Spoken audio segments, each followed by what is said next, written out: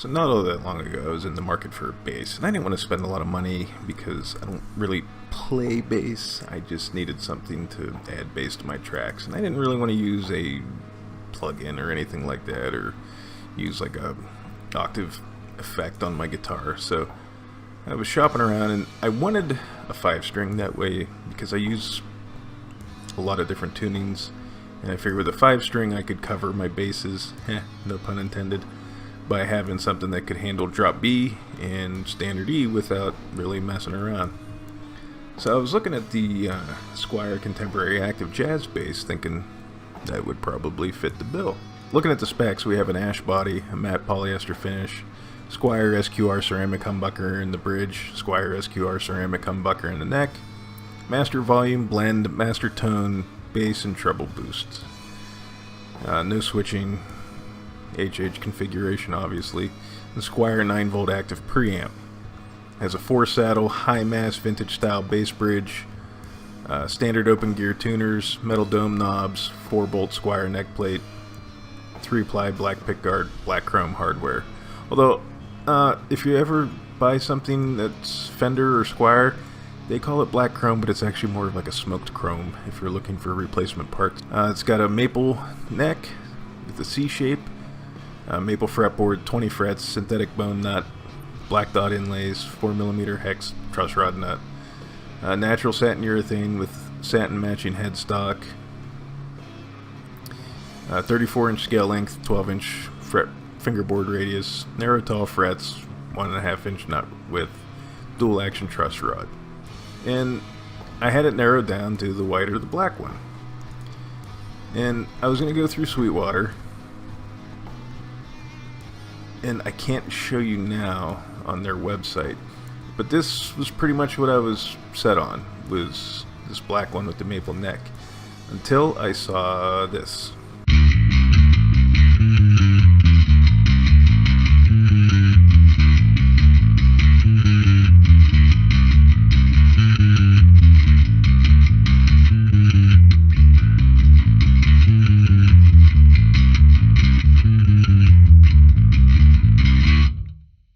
And it had it was the same price, same specs, and everything, except it had a roasted maple neck. So I was intrigued, and I decided that was the bass for me. So I bought it. They sent it out. Now when it came in, it did have a damaged tuner for the machine head or the tuning peg was bent for the D string.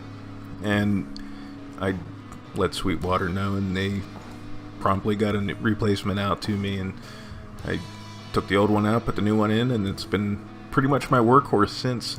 Plays great. I know they do the 55-point inspection, but it really didn't need anything. I mean, if anything, I could maybe raise the action up a little bit, but it feels really good. Sounds awesome.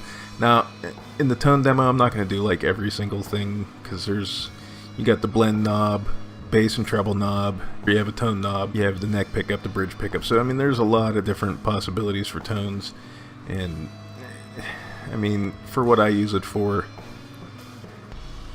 I don't really mess with that stuff. I just kind of leave everything where it's at, because I just need some bass. Now, if I'm looking for a specific sound, or I want something to stick out, then I'll mess with the knobs and maybe roll the bass knob back and leave the treble knob all the way up, or go with more of a bridge pickup sound or more of a neck pickup sound. It all depends. But this thing, I mean, I was really surprised at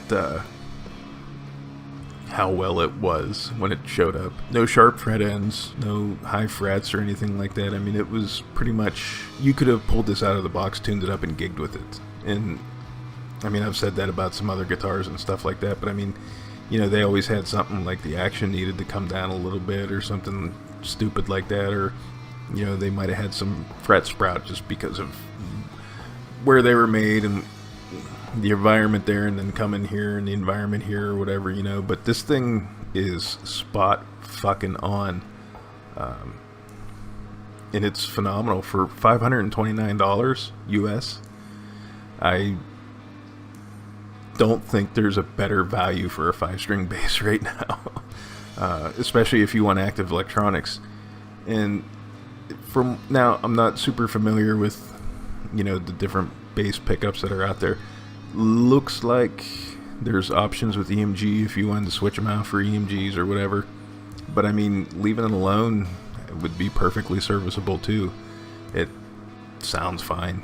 It's not, there's always going to be something that, somebody may want to change in the sound or something like that. But I mean, for my purposes, this thing's just fine how it is. If you're in the market for bass and you don't necessarily want to spend like bottom dollar, like $100 or cheapest bass on Amazon, and you don't necessarily want to spend $1,000, this is a really good above entry level bass that plays just as good as something that's twice as expensive as this one is.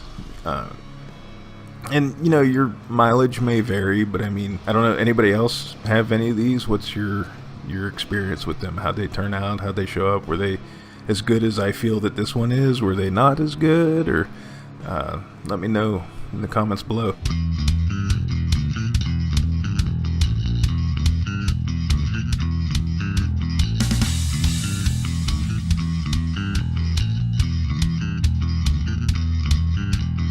I forgot to mention that the standard color offerings for these jazz basses, the contemporary active jazz basses, is white and black.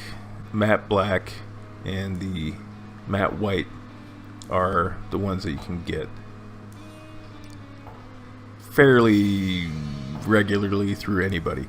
If you want the burgundy mist one, or burgundy satin, I'm sorry, it's not burgundy mist. The burgundy mist and the olive satin are Sweetwater exclusives, and the black one with the block inlays are also Sweetwater exclusives. So if you shop anywhere else, you're not going to be able to get the black one with the block inlays on the neck, the olive satin, or the burgundy mist. So that's just how it rolls. But I mean, either way, you really can't go wrong, I don't think. So whatever color you choose, just beware that certain options are only available through certain retailers. As far as I know, the burgundy the burgundy satin and the olive satin are the only ones with roasted maple necks.